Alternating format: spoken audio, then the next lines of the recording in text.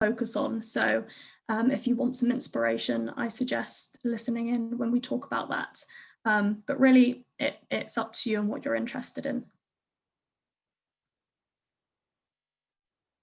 Yeah, thank you, Alina. Any other question, feedback? Please feel free to tell us how amazing we are. We're not shy of receiving that. And we're still waiting for Alina to be made a co-host so we can start this session. So apologies. In the interim, maybe, okay, so let's just wait before we start.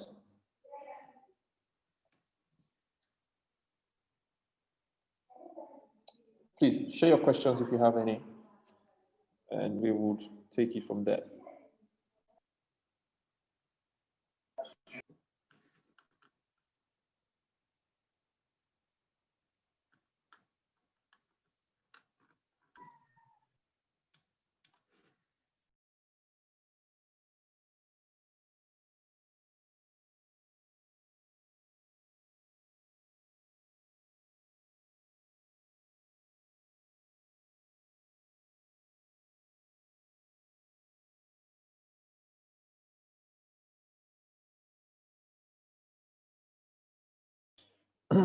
Okay, so this is Wale Ademola still speaking. I've seen a couple of tweets from on Twitter appreciating the session and giving some feedback on the last session we had. And so I'll encourage you to keep them coming. Also remember to tag at GRID3 Global when you're sending those feedbacks and also asking those questions. And like I said, like I responded to some of the question in the chat, we proposed the data challenge in the first session we had back in October, and we'll be talking more about that data challenge, the details at the end of this session. So please stay till the end so you can hear all the details, and it will be a great opportunity for you to get your hands on to start showcasing what you've learned in our session to answer some real life problems or real life solutions, or preferring real life solutions to problems within your environment.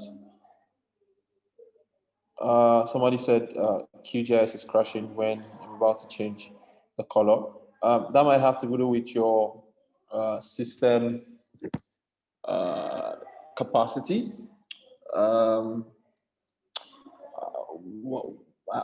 I would recommend you put this question on Google to see if there are other people that have been having the similar issues, and try to track down the best solution to resolve it. From the top of my head, I don't have an answer to this question, or I don't have a solution to how to help you on this. Apologies.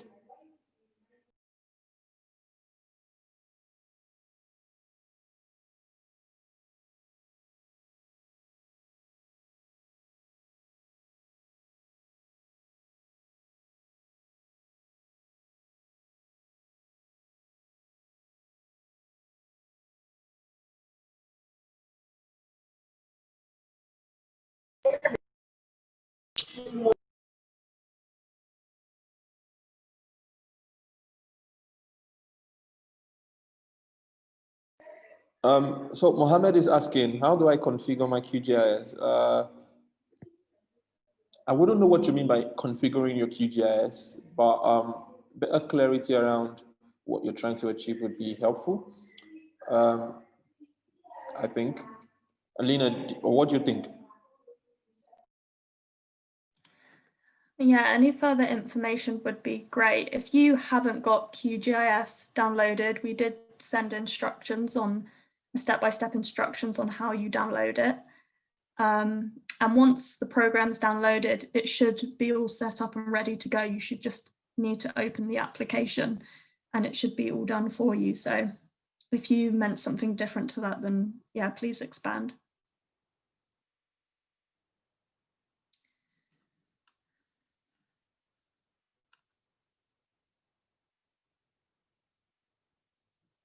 So is anybody from data science able to tell us how soon we're going to get Alina to become a co-host so she can share a screen? Thank you.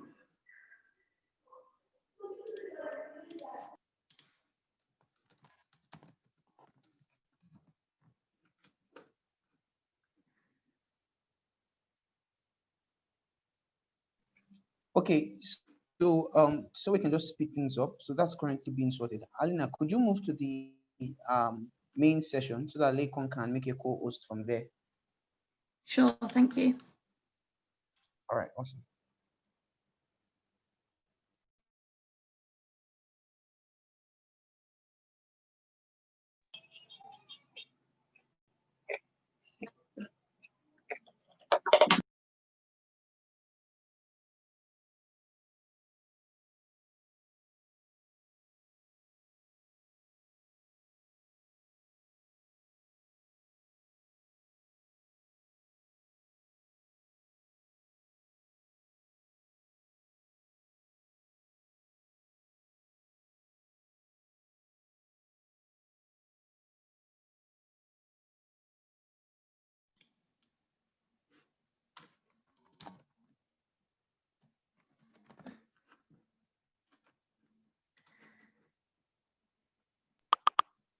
Okay, a couple of questions from Nathaniel, Esther, Samuel, Mohammed, and David. I'll start with Nathaniel. Great that you were able to attend the Esri course. Yes, I believe there are some libraries and plugins that would enable you to perform ML and DL, but on the top of my head, I can't pinpoint you to that. Maybe you have to do a Google search to find out what that what library specifically would get you that functionality in QGIS. Regarding to Samuel, Esther, your question has been answered. You can just follow the link. Thank you, Fortune. Is our software installed in QGIS? Our software is a different software entirely, different from QGIS. So you would have to install that separately. Yeah, I mean, if I think we're set up and ready to go now, Wale. So should we do questions again at the end? yes, sure. Great. Over to you. Thank you. Hi, everyone. Sorry for the delay, but it's all fixed now and I am a co-host. So welcome to this final GRID3 session of the bootcamp that is titled Applying GRID3 Data and GIS Techniques to Solve Real-World Problems. So the learning objectives for this session are to gain an understanding of the GRID3 datasets and their applications, to understand how GRID3 data can be used for decision making. And finally, hopefully this will help you get inspired on ways that you can use GRID3 data in your own work. And again, you'll hear more about our data challenge at the end, where you'll have the opportunity to get involved. So this is going to be a data demo. This data demo is going to be in R, but don't worry, you don't need to know any R code. You don't have to have RStudio installed. Everything is pre-written, and in a minute, I'll be sharing a link where you can access RStudio Cloud, which will be the interface we're using to host this demo.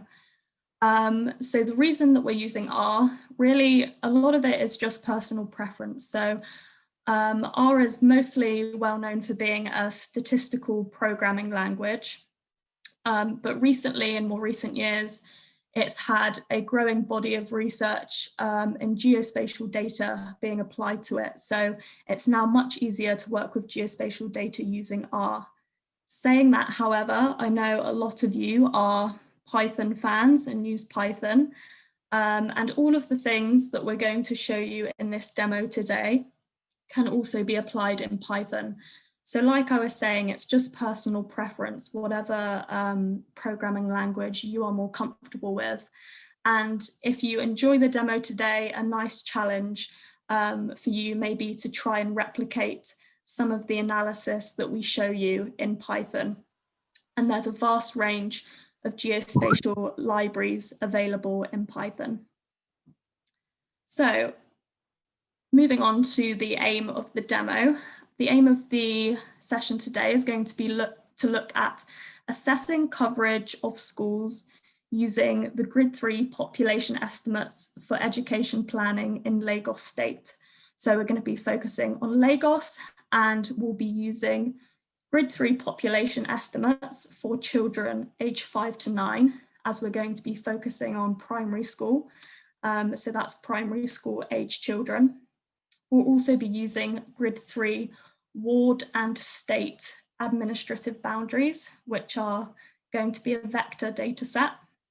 And finally, we are going to be using GRID3 school location data, vector data.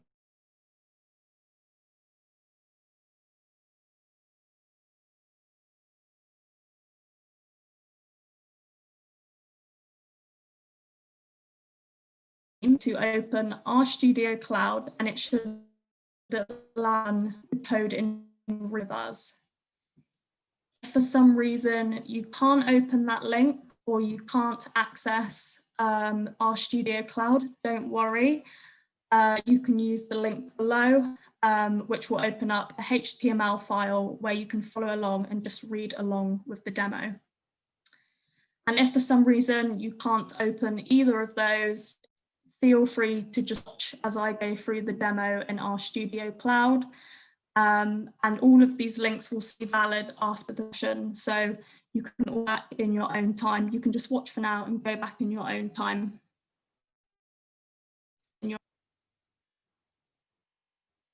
So when you open RStudio Cloud, it will prompt you to log in. So you can either log in with your Google email address if you have one, your Gmail, or if you have a GitHub account, you can log in with that.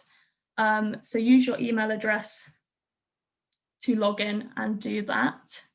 I'll just stop sharing my screen and get up the RStudio Cloud screen.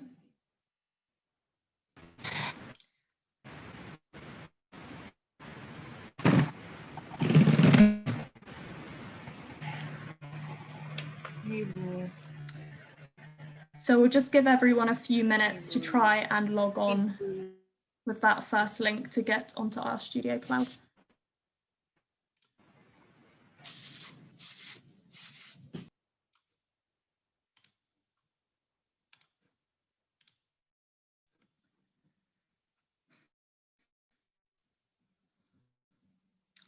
So I'll still just give everyone a few minutes to get set up. Once you get into RStudio, you'll be greeted with that you will need to log on to use or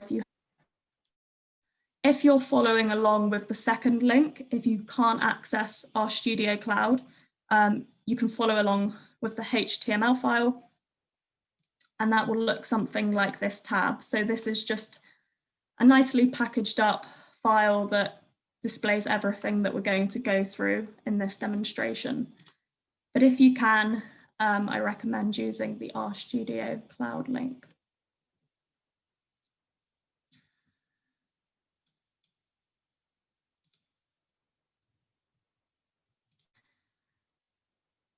So once you are in RStudio Cloud, it should look a little something like this.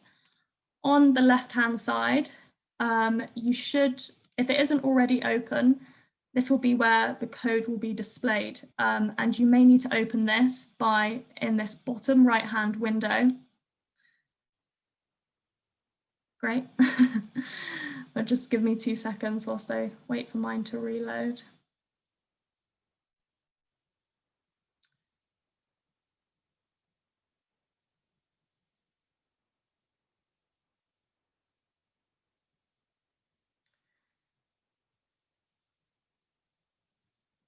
There we go. So yeah, don't worry too much if that happens to you. It may just be because of your internet connection, but it should reload and everything will still be there when it does reload.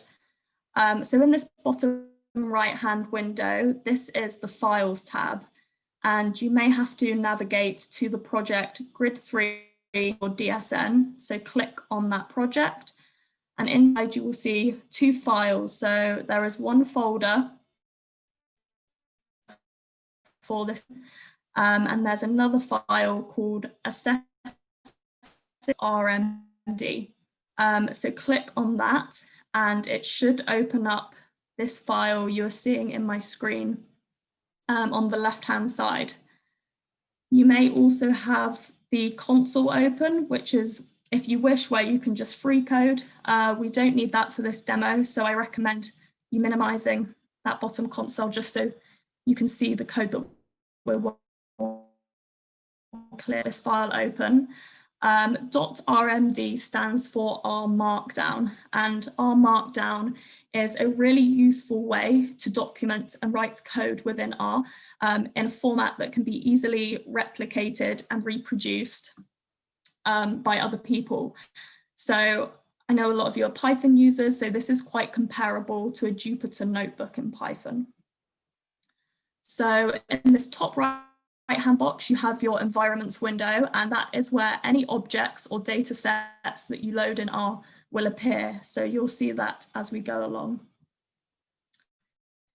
So what we're going to do in this demo is we're going to go through the code that we have in this R Markdown document step by step.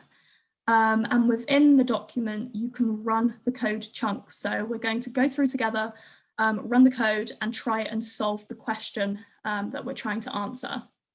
So you'll see at the top of the document from line 21. So on this left-hand side, we have the lines of code indexed.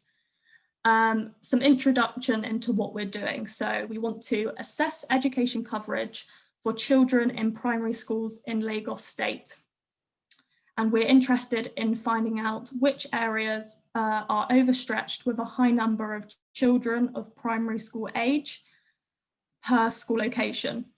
We're going to try and identify a target number of children per school, and then we're going to highlight locations that are above or below this target that may need further intervention. So using geospatial analysis in R, we are going to show an assessment of education coverage for primary schools for Lagos State. And the main steps that we're going to cover is going to be loading spatial data, subsetting data to focus on points of interest, aggregating data using some geospatial techniques, and finally trying to identify connections between data sets to set targets. So if you go down to line 30, this gray area here is a code chunk. And this first chunk of code is just loading in all of the required packages we need to do this workflow. So you can load, run the current chunk of code by, at the top right-hand corner of the code chunk, clicking on the green arrow. And you should get a nice green bar come up and it will run that chunk of code. So click on the green arrow on line 38 to install all of the required packages. So once you've done that, we're ready to move on to step 1, where we will be loading in our geospatial data sets. So the 4 data sets we are using can all be obtained from the GRID3 data portal, which we've been sharing during our sessions. They include school locations, ward boundaries, the gridded population estimates for children aged between 5 and 9 years old, and state boundaries. So from line 61, this code chunk is where we're going to load sets. So if you click on the run current chunk arrow from line 61, that should load in all of your data to see them appearing in this data window on the top right-hand side of your screen. So you'll see we have our population layer, which is a raster, as we know. we have our schools for Lagos, our school locations. We have our state boundaries and we have our ward boundaries. We get a those data sets in. So we're now on line 68, where we are going to view our school location data below. So right now, our school location data is a shapefile of all the school locations in Lagos State. And with that shapefile, there is a that contains information on each school location. The code chunk starting from line 70 by again clicking on that run current chunk arrow. And that is going to display just a few rows of that school data set, so you can see what data is included in our school's data set. So you can see we have information like the name of the school. We have information on the category, so if the school is primary or secondary. More information on if it's a public or private school. So we have a lot of useful info on the schools that's included in that data set that we could harness in our analysis. So we are now on step 2, which is starting from line 75. And right now we are going to focus on filtering down our school's data set. So right now our school's data contains all schools across Lagos State. But for the particular problem that we are trying to solve, we are only interested in primary schools. So we can filter our original school data to just extract those schools that are primary schools. And that's what we're going to do in the code chunk on line 78. So if you click to run that current chunk, you will now see that we've saved a new object called pri school. And you can see that that has 312 schools within it, compared to our first school data set, which has 1,945 schools. So you can see that that successfully filtered down that original school data set that we had. And that's great, we know that's worked, but one really important part of GIS is being able to visualize your data as you go. And so that's what we're going to do in the code chunk in starting on line 91. So we're going to visualize our primary schools. So click to run the code on line 91.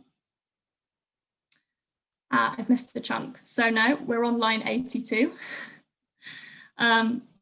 where we're going to create point data. So right now, our primary schools are not a spatial object. So ignore what I just said and go back up to line 82.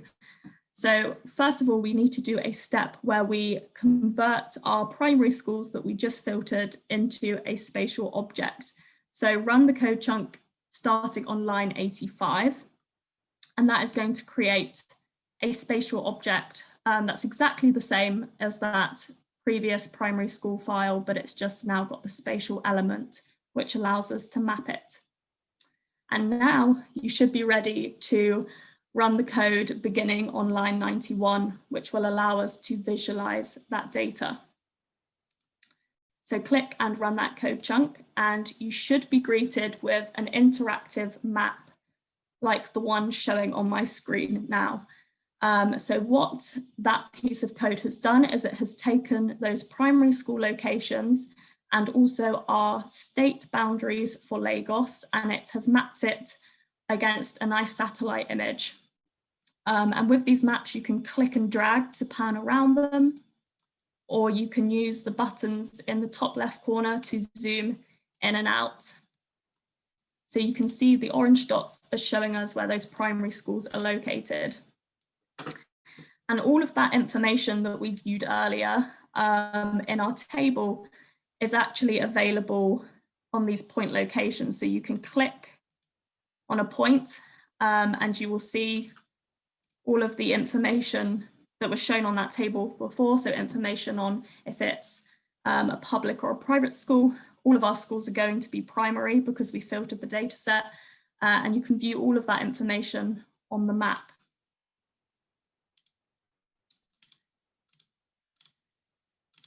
So that's not only a way of showing you how you can visualize and produce a map in R, but it's a way of showing you how you can produce something interactive, which the user can play around with. So moving on down, we've viewed our school locations, but let's also visualize our gridded population data. So the code chunk beginning on line 103 is going to do a similar thing to what we just ran, but it's going to visualize those gridded population estimates. So click and run that code chunk. It may take a little more time. So this time we have a nice gray base map displayed behind. And instead of the schools, we are now showing those gridded population estimates for children between 5 and 9 years old. Again, the same as before, you can zoom in and out and pan around the map. So remember, our population data set is a raster. So that means that all of the data is represented in these grid squares. And in this case, areas with a higher population are shown in the darker colors, so the darker orange, and areas with a lower population are shown in the lighter colors.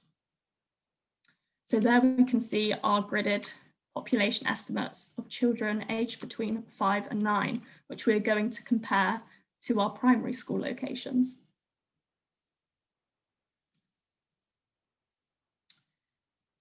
So moving back down, we are now on step 4, which begins from line 110.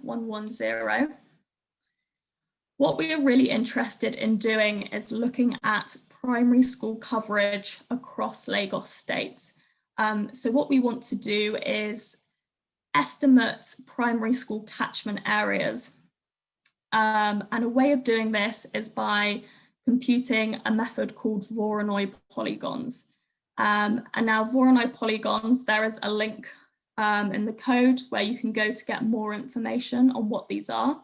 But what they do is they partition the area into an equal space so that each polygon will contain one school location.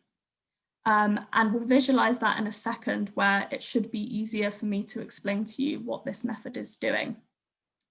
So the code chunk starting on line 117 is going to produce our Voronoi polygons, which are going to act as our primary school catchment areas. And what this code chunk is doing is it's creating our Voronoi polygons. It's creating a spatial object from those Voronoi polygons so we can map them. And it's also binding the primary school data to the Voronoi polygons so that we can associate the two data sets together.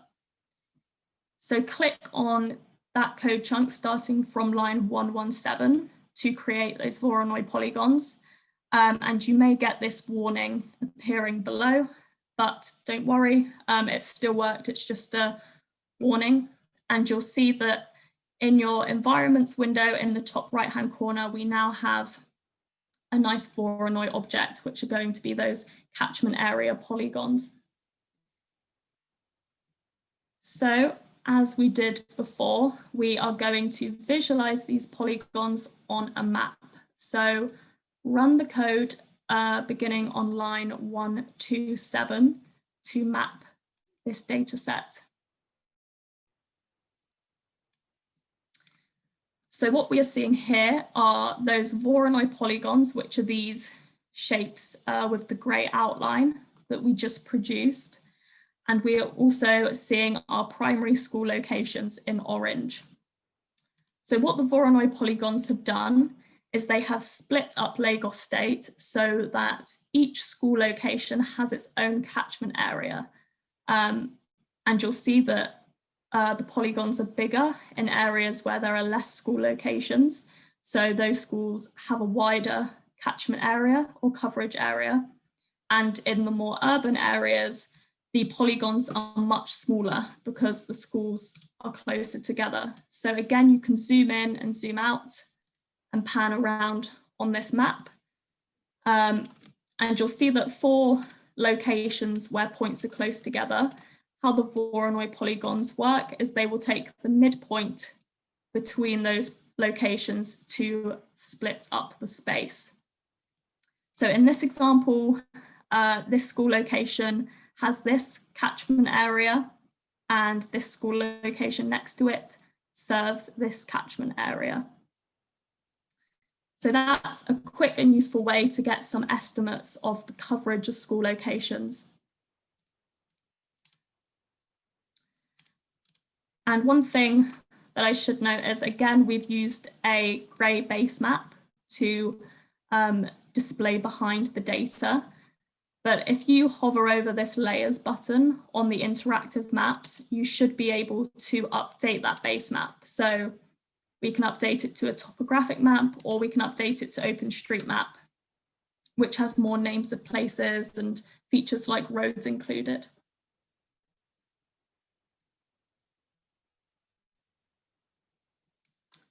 So moving down to step 5, starting on line 136, we now want to try and come up with a coverage target using our new catchment areas that we just created and our population data.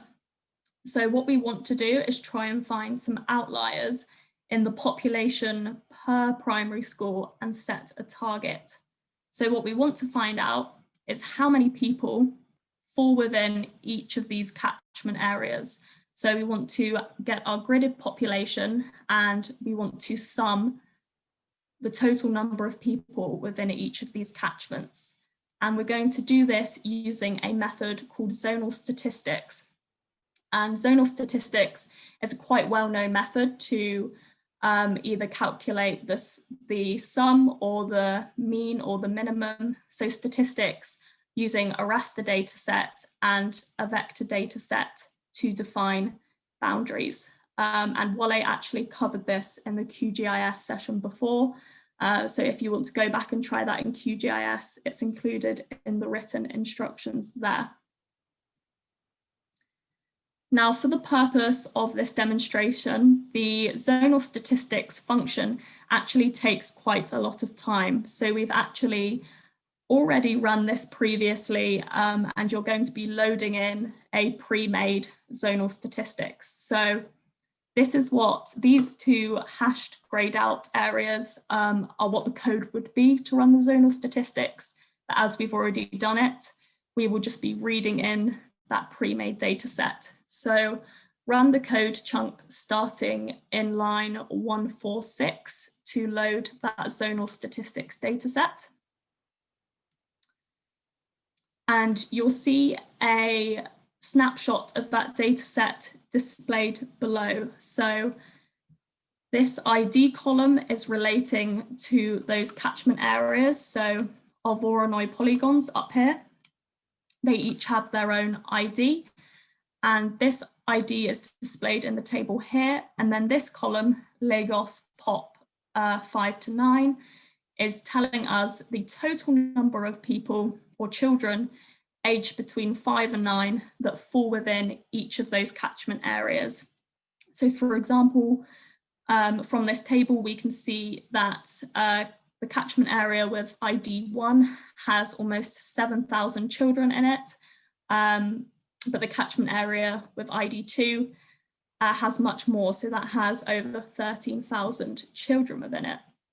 So just from this, we can begin to see which areas may potentially be overcrowded, which schools maybe need more resources to keep up with the number of children in their catchment area. So we are now on code line 153, where what we're interested in doing from this information is to set a target number of children per school location. So what is the target number of children that should be in those catchment areas that we produce. And then from that, what we're going to do is find out what areas are above this target, which may need some further intervention. So to do this, we are going to map a histogram of the distribution of those totals that we summed. So run the code chunk starting on line 155 to produce that histogram. And so what this histogram is showing us along the bottom is the total population, in which case, in our case, is children aged between 5 and 9 within those catchment areas. And the y-axis is showing us the frequency, so the number of catchment areas that have that number of children within them.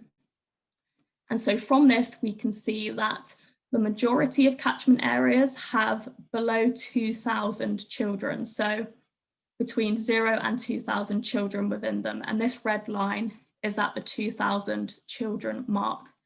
After this, the number of catchment areas with more children than that decreases. So this looks like a good target number of children per primary school.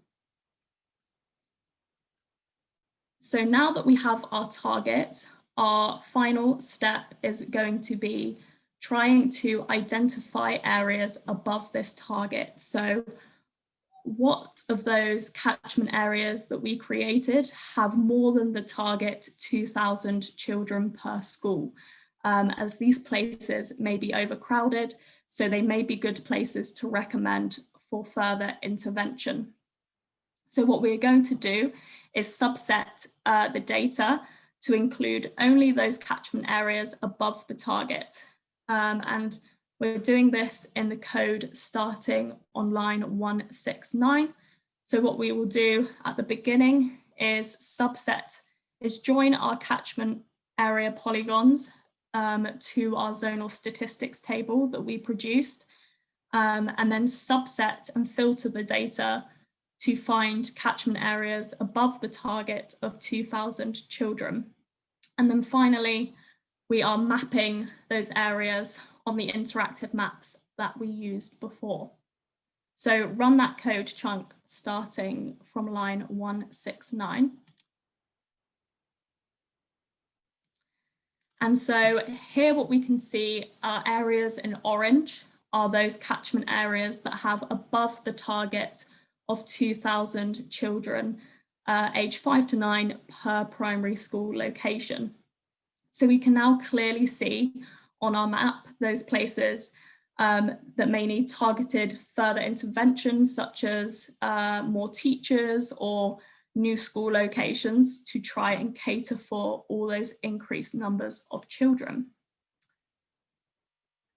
And so that is bringing me to the end of my fairly quick demo in R. I'll just stop sharing my screen and pop my slides back on.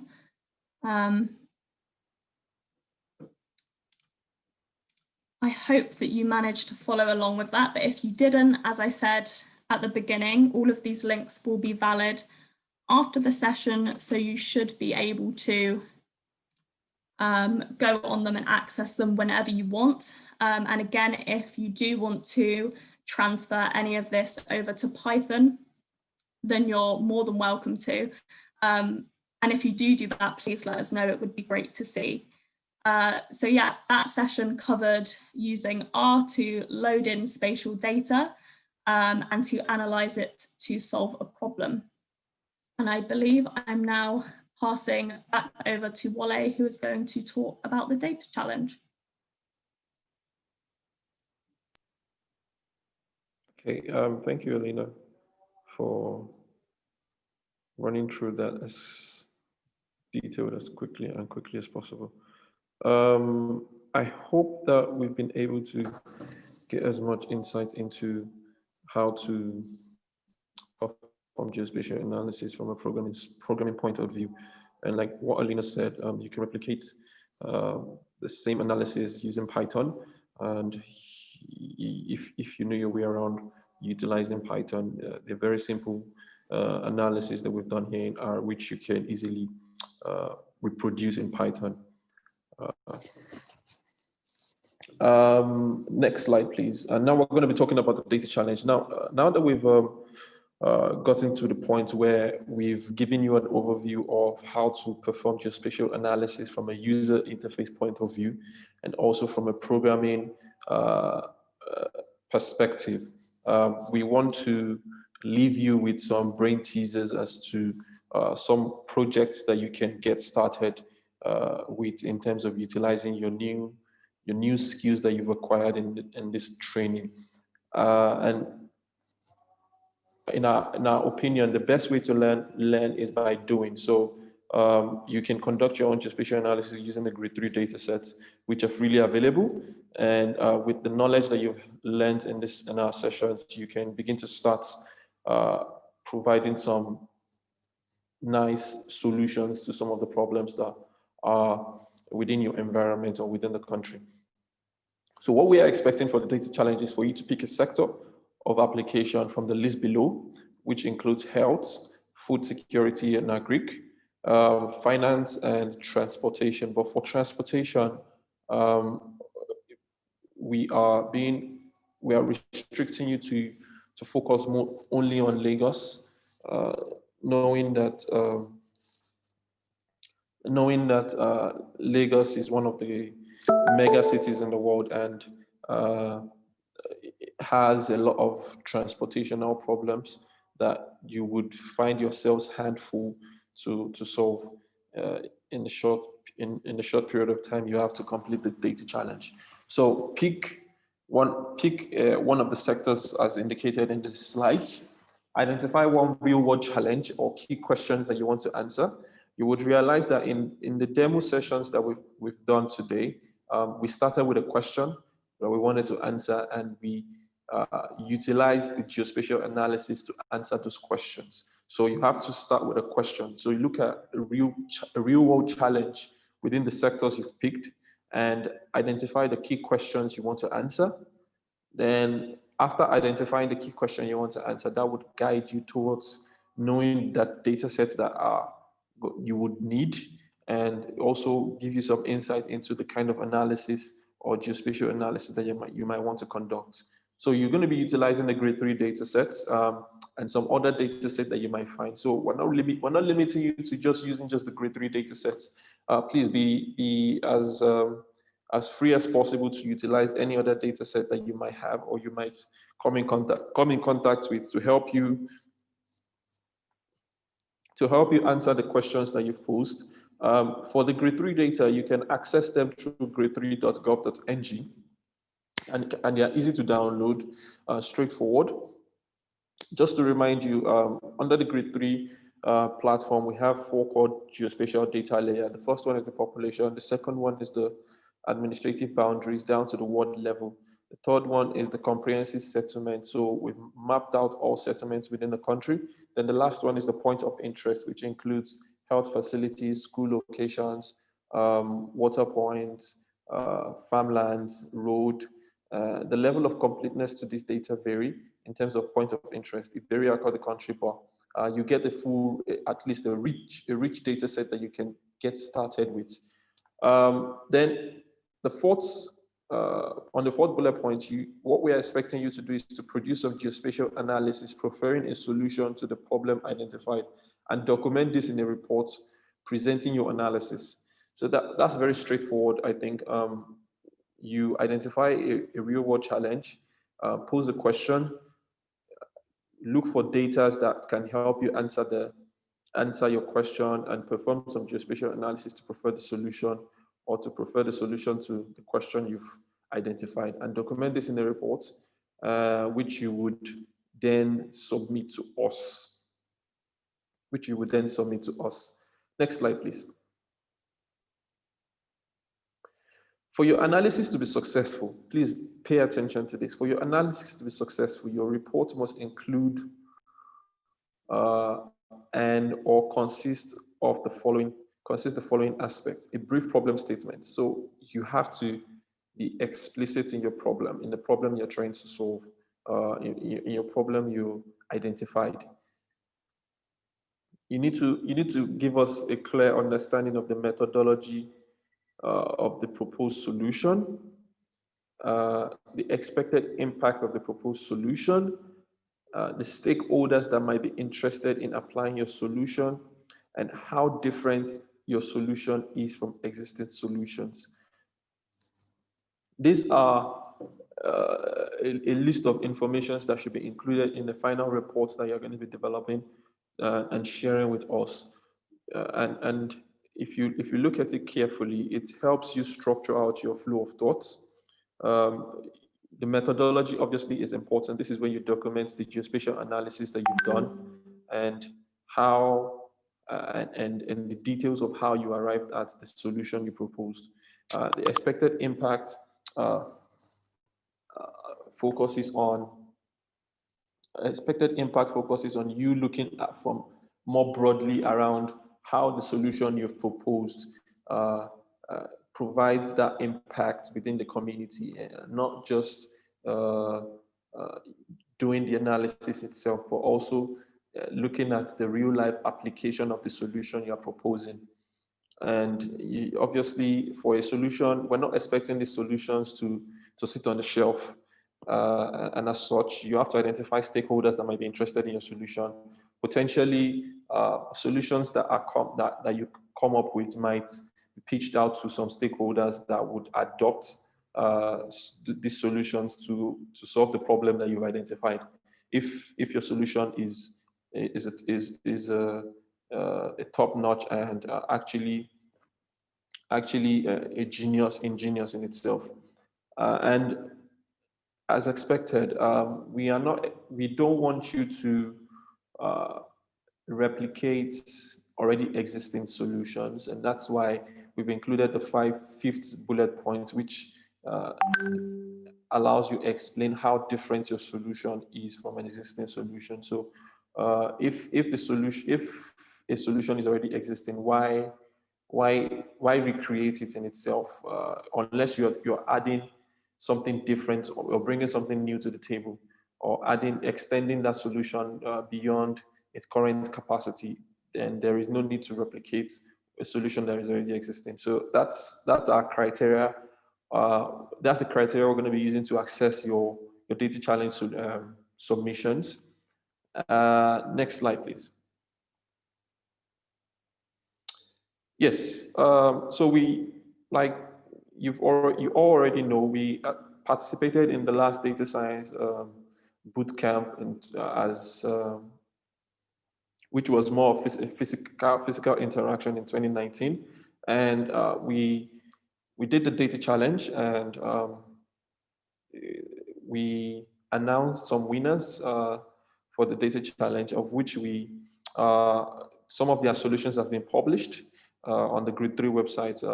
Nathaniel and Yosola were one of the winners of the data challenge, 2019 data challenge, of which their solutions has been published on the GRID3 website. So you can also go and look at the GRID3 website to get more insight into what solutions they preferred and how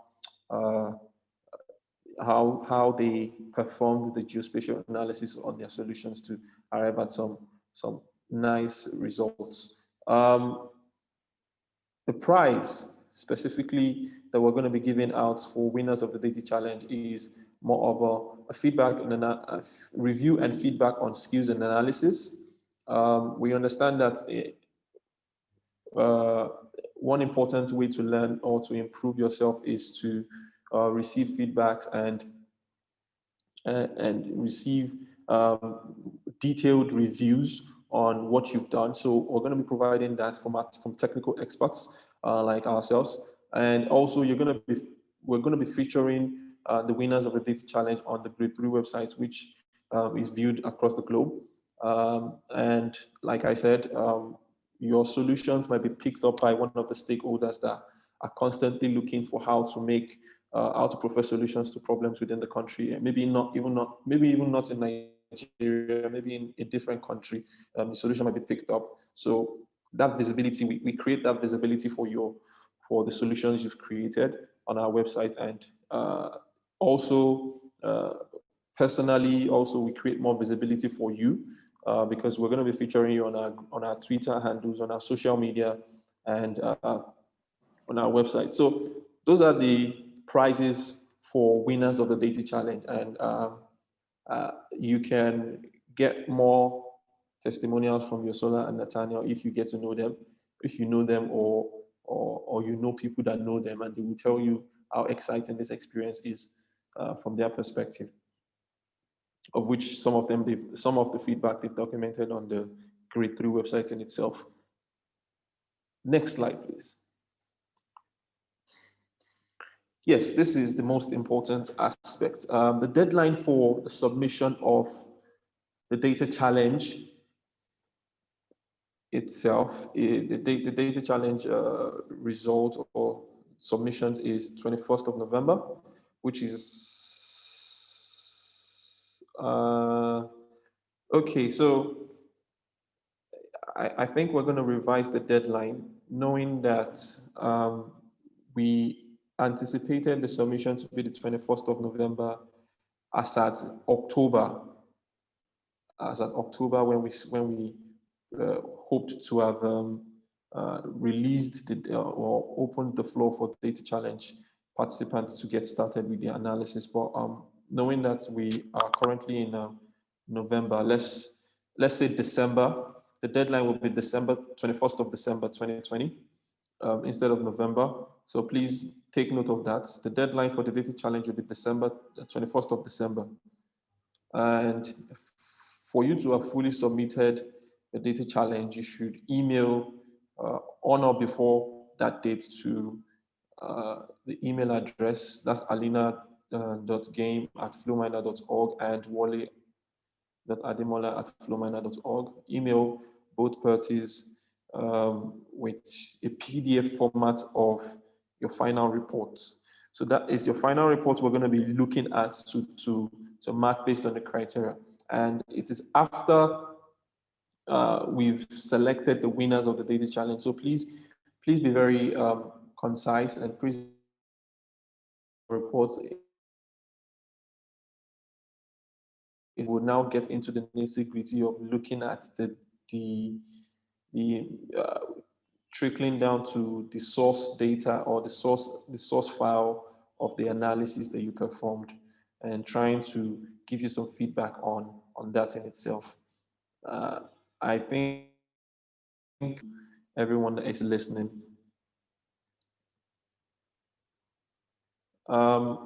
So that's all about the submissions. Next slide, please. So we actually skipped the recap, so we're going to do that. Wale, the recap, Okay. the recap of all of the 3 sessions that we've done. Oh yeah, that's true. So recap time. And in the recap session as well, you might want to ask questions around the data challenge if you're not clear on any aspect of the data challenge, or generally some of the trainings that the sessions that we've conducted, the 3 sessions that we've conducted so far in the Bootcamp 2020. So now the way it's going to work, the protocol for this recap session would be for you to either ask your questions in the chat,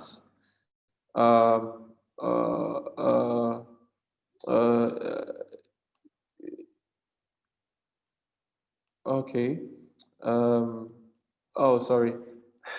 So I'm jumping the gun here. I'm supposed to cover like a summary of the recap. Is actually supposed to be a summary of what we've talked about from the first session to the 3rd session that we've conducted so far. Apologies for that. I assume there was the question and answer time. So yeah, so far so good. In the 2020 Data Science Nigeria Bootcamp, we've been able to give you an introduction into Geographic Information System, GIS to be specific, and we've been able to cover topics around what that means in itself, the kind of data models that we have in GIS, the applications of GIS, how to perform some quick geospatial analysis using both a user interface GIS environment and also a programming language GIS application. We've been able to show you how to inform policies, by answering specific questions. And also we've been able to point you to an availability of the data sets through the GRID3 platform, which is freely available for you to get started with, to begin your journey through your GIS analysis journey. I think two key important lessons that we've been able to pass across is the fact that you are not limited by the GIS environment doesn't limit you in any way, and you are able to combine both your programming knowledge and also your analytical knowledge within the GIS environment to be able to answer questions and prefer solutions to real world problems. I'll stop here and ask Alina to also chip into the recap by highlighting some salient points that we might have touched. I think that sounds really good, Wale. I think just from my side, we've managed to give an introduction into not only what GRID3 is, but the different GRID3 data sets and how these can be used within GIS, and hopefully giving you some introduction into what GIS is and the different types of data that you can use and the different types of analysis you can do. All right, great. Thank you, Alina. So that being said, I think I want us to, I'm really keen on actually saving in as much time for the question and answer so that we can get as much questions from participants and be able to provide as best as possible answers to some of your questions. So now it's question and answer time. Sorry, quiz time.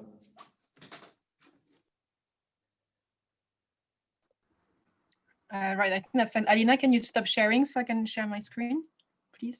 Thank you. Right, so I'm gonna share with everyone we're gonna have a little quiz. Can you see Slido coming up? Yeah, we can see it. Great. So can I ask everyone to go on slido.com, and it's gonna ask you to enter a code, which is the 46220 at the bottom of my screen. I'm going to wait a few minutes for you to join. If you join on your phone, that's going to be easier.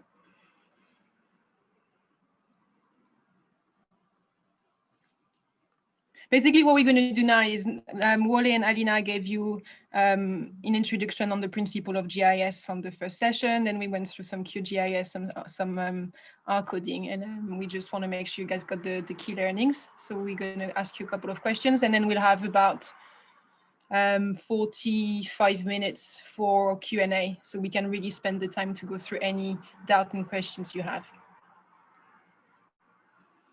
So we have about 100 participants on Zoom. So until I get to a double figure on that quiz, I'm not going to start.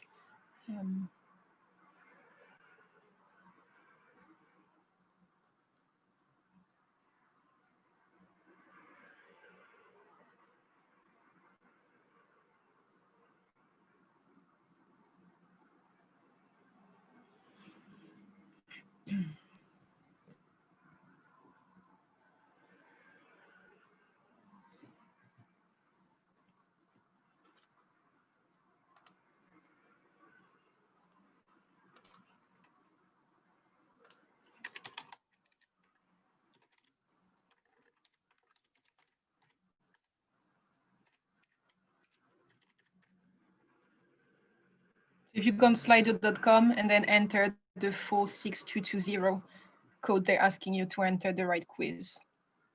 I'm just going to wait a couple more minutes. All of the questions are timed, so you have to think very quickly.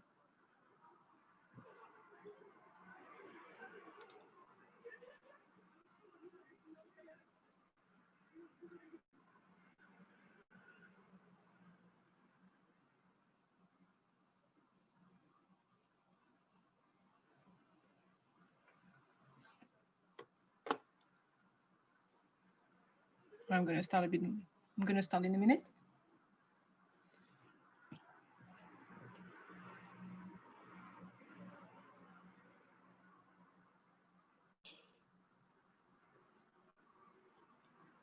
Maybe some people are feeling a little bit scared to join. Please, it's a free quiz. It's just to test our knowledge on what we've learned so far.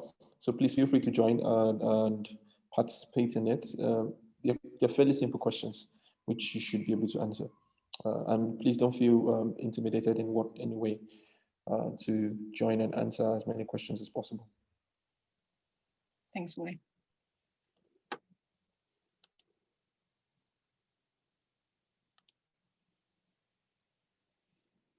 Yeah, it's just a little quiz for fun. There is not even a prize. I'm going to be honest with you. The prize is the learning you got throughout the day. So no pressure.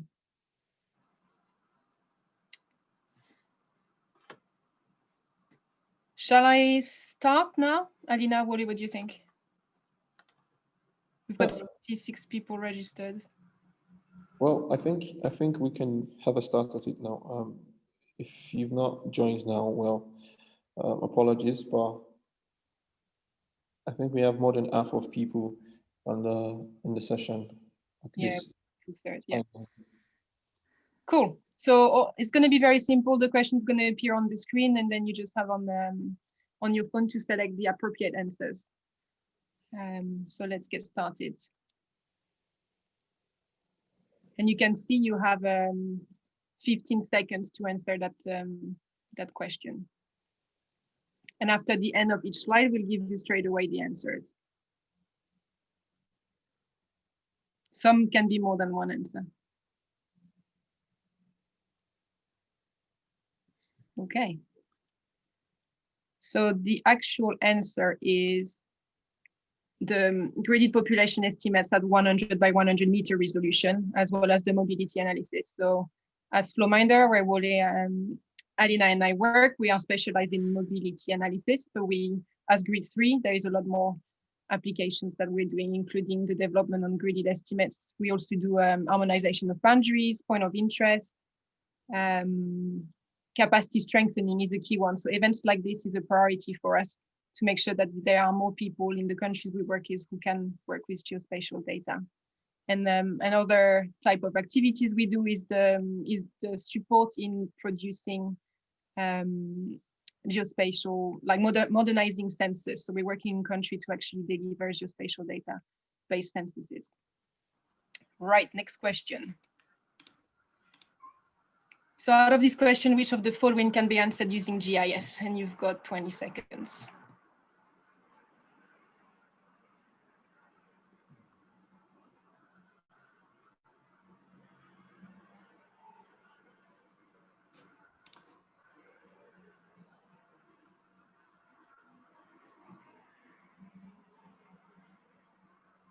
Very good. So actually all of them. Alina and Wale, do you want to add a bit more on this point about the applications of GIS? Yeah, sure. So the question was giving some examples of potential workflows that you could use GIS for. So all of those answers, looking at building footprint patterns, looking at schools, looking at walking routes, could be done in GIS, and that's because they all have a spatial element attached to them. So they all refer to data sets that could be mapped using GIS, and thus you could use it in the analysis. Thank you, Alina. Next question.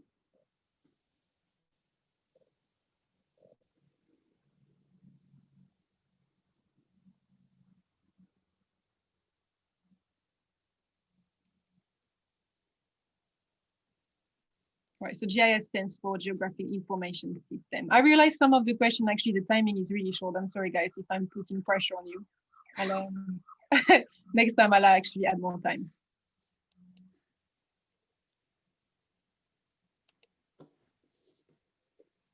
All right, in this broader sense, what does GIS stand for?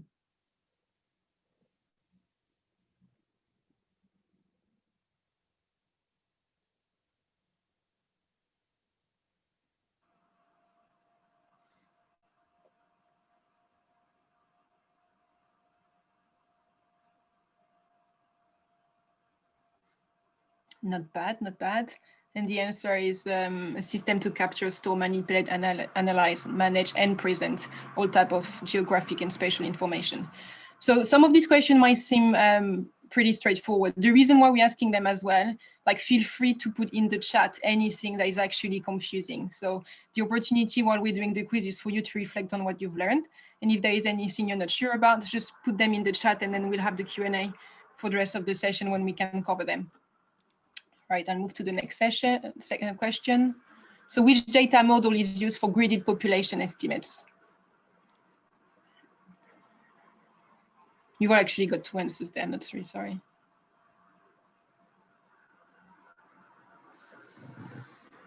Right. So that's an interesting split here. The correct answer is raster data. But looking at the number of people who've put vector, Wale or Alina, do you want to explain a bit more? Yeah, sure. Wale, do you want me to take this one or do you want to have a go?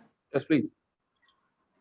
Great, yeah. So the gridded population estimates, which we've been showcasing during both of the demos we've done today in QGIS and in R, they are raster data sets, and they're raster data sets because they are gridded data sets. So the data is represented in cells or grid squares, and raster data can be a wide range of data. It's mostly known as being continuous data, so it provides a continuous surface across the Earth or whatever region that you are mapping. And it isn't just population estimates, it can also include data like climate data, elevation or land cover. Whereas vector data, that can be described as discrete data. And vector data is always represented as either points, lines, or polygons. So like today, we were showing administrative boundaries. So we were showing states and wards of Lagos in the last demo. That's an example of vector data. And the school locations, again, that would be an example of vector data. So that's the difference between the two. Great, thank you, Alina. If there is still confusion on this, just put it in the chat and we'll cover it later. All right, next question. What are vector data used for? I totally just gave this one away. We'll see if people listen. Yeah, Alina, you talk too much. 28% of you aren't listening to me.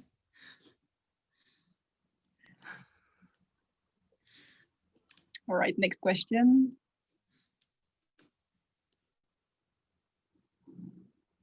I don't know if I can pause the time here. No, I can't.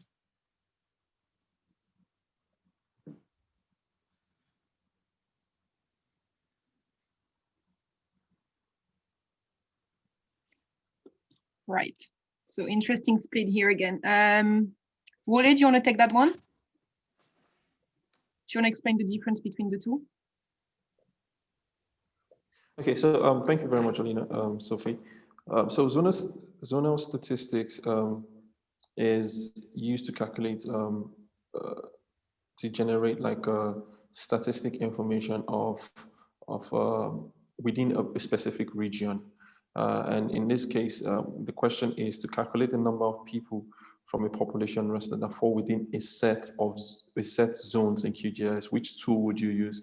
So zonal statistics is used to calculate the statistical information of generate statistical information within a set of regions. And you would see in the question, it says within a set of zones, which is similar. Buffer is actually used. Buffer is a tool in QGIS that creates like a radius, like a extent radius from a particular object. So you can say you want to calculate, you want to know 4 kilometers. You want to create a buffer of 4 kilometers within from a specific object in QGIS. That doesn't necessarily give us the total number of people within that region. It just establishes the distance of a 4 kilometers from a particular object. So zonal statistics is the right answer.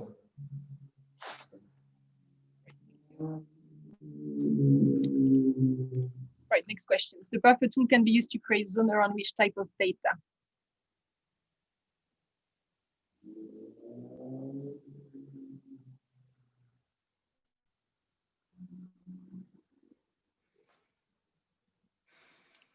The correct answer is vector. Alina, Wale, is there anything you would like to clarify here?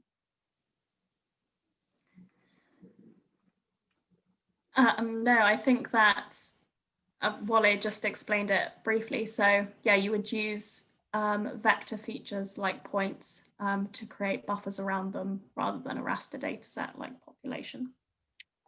Thank you. We've got 2 more questions.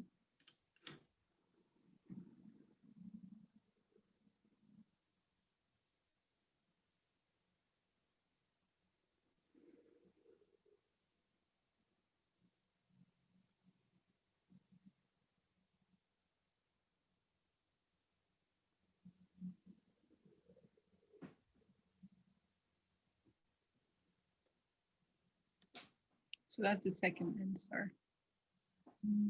Alina, I think you covered it in your session. Do you want to add more? Yeah, sure. So yeah, that's good that most of you got that. So you would use Voronoi polygons. You wouldn't use it if you wanted to group locations, but you would use it if you were interested in splitting up the area that you were focusing on based on some input point locations. So you would separate the space between those input points. Thanks, Sophie. So if you wanted to group point locations, what would you use? You would use probably something like a clustering tool to try and group them together. Okay. Sorry, putting me on the spot. Okay, last question, which I think is actually really hard. So for that one, you must have listened to Wale every single second of his presentation to be able to answer it. So good luck. I'm sorry. You have a go. So you've just given away a hint to the answer.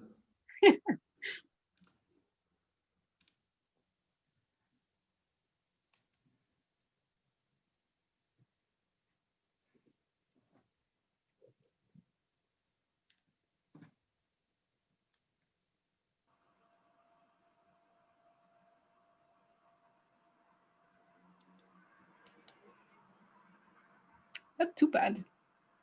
Half of the room got it right. Is there anything you want to specify there, Wale, or? Okay, yeah, well, basically, just to point out that the angular unit 0.00833333 is equivalent to 100 meters, simple, straightforward. And so it's important for you to always remember that, especially when you're working with angular units. For those, it's easier for you to forget, but it's always very important. It becomes very important when you're working with angular units in QGIS or in a GIS environment. So things like angular units would always be converted to meters for you to understand the what you're specifically doing on it. So that's I'm happy that a lot of people got it. It means that people were actually listening during my session. Thank you, Wale. Right, so we have the leaderboard, which doesn't mean much apart from congratulations to the top 5. There is no official prize, but it's really good that you guys listened to the sessions today. So now what I'm going to do is I'm going to stop sharing my screen and